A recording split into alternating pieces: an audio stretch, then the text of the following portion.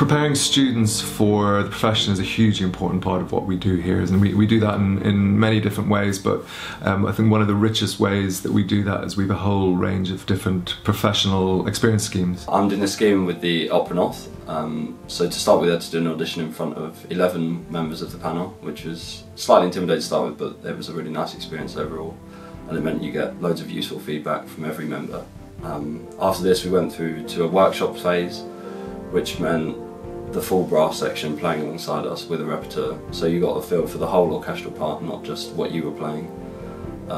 Again, the experience has an element of potentially being intimidating, but it was done really well, so we all felt comfortable and we had a good time and learned a lot from both our fellow players and also the players of the orchestra, obviously. The earliest stages of the project were an instrumental class, where again the whole brass section from the Orchestra of Opera North come and work with the students, 4 horns, 3 trumpets, 3 trombones and the tuba, in an instrumental class. So we spend a 3-hour session with them again, explaining to them some of the differences and what we're going to expect through the scheme.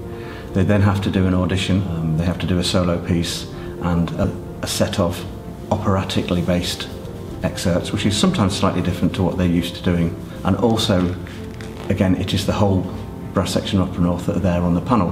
I was lucky to get to go forward and play with the orchestra itself. We got the full experience, singing the rehearsals, getting to watch the first performance and the dress run, and then actually got to do a performance myself of the opera. The opera was Janacek's Katia Kavanova. It's good trumpet parts. Generally what you'd expect of opera, you're not necessarily playing all the time, but it's important to also rehearse, you know, having the rests and how you communicate with various members of the orchestra.